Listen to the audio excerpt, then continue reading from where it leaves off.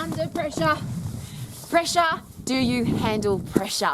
One of those words that most people don't like. I don't want the pressure. I feel like I'm under pressure. Don't pressure me. We could exchange that with stress. I feel like I'm stressed. I feel like I'm under stress. I feel like people trying to stress me out. I feel stressed out. Well, the interesting thing about both of those words, pressure and stress, is that without them, we would be dead. Without them, and I like this example, there would be no diamonds, there'd just be rocks, and I'm surrounded by rocks, so that's a really cool analogy. If we don't have pressure and stress, the body doesn't change. If we don't have pressure and stress, our brain rots away, our bones rot away, our muscles waste away. Our life is pretty ordinary, and I often share that. If you think that it's going to be a great life to have a sunny day every day, no challenges, everything's awesome all of the time, is it possible that we would end up dead really fast, or our brain would rot away really fast? Because the only way that our brain works more effectively is if we put it under pressure. We have to force it to think differently, force it to overcome challenges, force it to learn new stuff. When we're doing all of those things, our brain gets stronger, smarter, wiser, tougher, more resilient. If you just watch mindless television or don't use your brain, it literally rots away. And I always use the example because my dad died of Alzheimer's. This is why it's so personal to me. But my father could speak 7 languages fluently. He could sing in those languages. He could write in those languages. He could speak in those languages. He could write, literally. Like, that's a brain that works really effectively. He remembered the words of songs. He could repeat the Bible verbatim because that was part of his upbringing and part of his life. But when he was diagnosed with Alzheimer's, because he'd started forgetting things, they literally locked him up in a room with no books, no musical instruments, nothing to do except watch mindless television. And I don't know about you, but I reckon my brain would rot away too. So is it possible that we can control our body and our brain by putting it under pressure, putting it under stress? And the really big one for that, of course, is when you put your body under physical stress, so at 100% effort, and that's what I always talk about, it's the 100% effort that's really important. When you get really puffed and when you lift heavy, when you punch, when you kick in that phosphate system, which is the 10-second fight and flight system, we produce epinephrine and adrenaline. Now, adrenaline is the thing that keeps us young, keeps us strong, keeps us capable of fighting and flighting. When you're fighting and flighting, you then maintain your fast twitch muscle fibers, but most importantly, you fill your brain with brain-derived neurotrophic factor, because when you're under stress, when you're under pressure, your brain says, if we're ever under that same stress or pressure again, yes, our muscles have to be stronger, yes, our heart has to be fitter, yes, our bones have to be stronger, but most importantly, we have to think about that situation differently.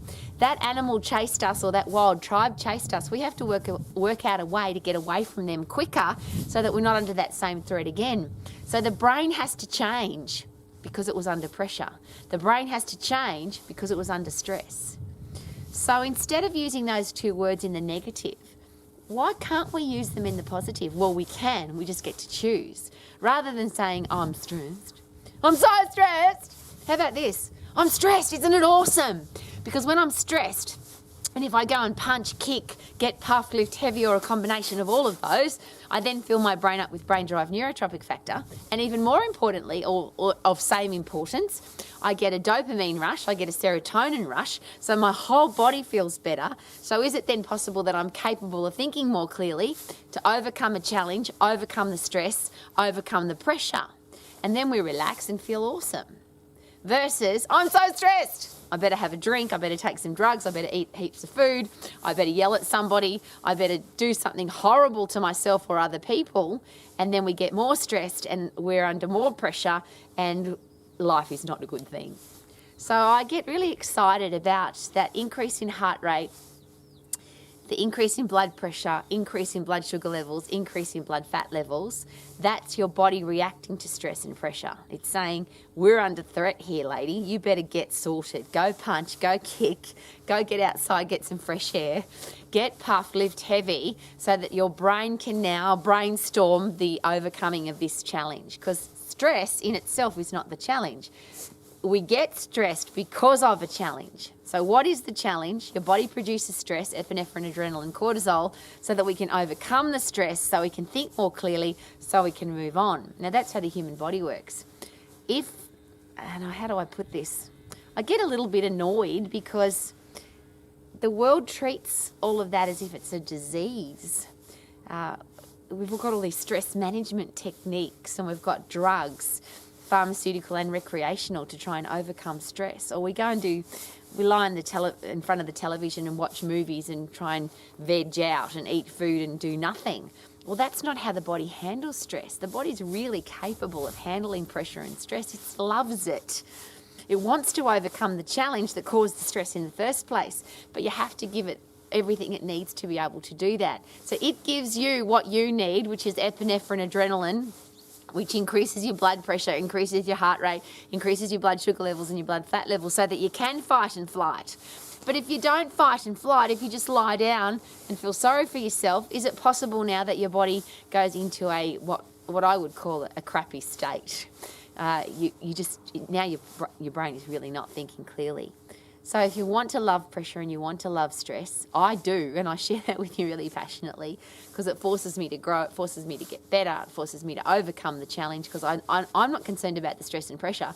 I want to find out, where did that come from? How can I work out not for that to happen again? And how can I get fitter, stronger, better, wiser, more mentally tough, more mentally resilient to be able to handle that in the future? So, as I always ask very personally, it doesn't matter what you do really, because you're an adult and you can do whatever you bloody well want. And isn't that awesome? We can all do what we want. So if we want to be stressed and drink or take drugs or eat food or go shopping or gamble, who cares? But I always ask for our kids' sake, because I think that a healthy, fit, strong brain that can handle pressure and stress and wants to handle pressure and stress could probably produce a much better life. And I would like our kids at least to have a choice. Is it possible that if our kids are surrounded by people who are always stressed and always angry because they're stressed and can't handle stress, so they have to drink and take drugs and gamble and smoke and yell at people, if our kids are constantly surrounded by that, is it possible that they won't know any different? But if they've given the option, now the option to me is we could preach at them, we could tell them what to do, but what if we were the living example of that? Yeah, my mum's under pressure and stress all the time, but she loves it. My dad is under pressure and stress all the time. He's the CEO of a big company, but he loves it because he's really fit and he's really strong. And he shares with us that if we don't have pressure and stress, we wouldn't get tougher, we wouldn't get stronger, we wouldn't get wiser, we wouldn't get better. So I love stress and I love a challenge and I love pressure in my life because it forces me to get better. Wouldn't that be cool if that came out of the mouth of our kids? Wouldn't that be cool if that came out of the mouth of adults who have kids?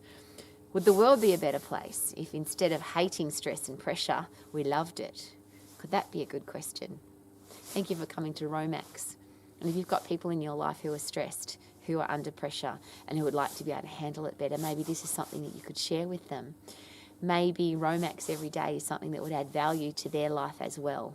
That's what I'm here for, to add value to your life. I would love, as I always share, for everybody to be healthy, fit and strong, to have a career or business that you love, to be financially free, and to have great relationships, particularly the relationship that you have with yourself. So if you feel stress and pressure coming on, wouldn't that relationship be, I love it, rather than I hate it, so that you too can sing happy songs like I do. May your Mondays be magical, may your Tuesdays be terrific, may your Wednesdays be very wow, and your Thursdays be thankful, may your Fridays be a fun day, may your Saturdays be super, may your Sundays be sparkly, because you choose them to be. Ha ha ha. Thank you for coming to Romax.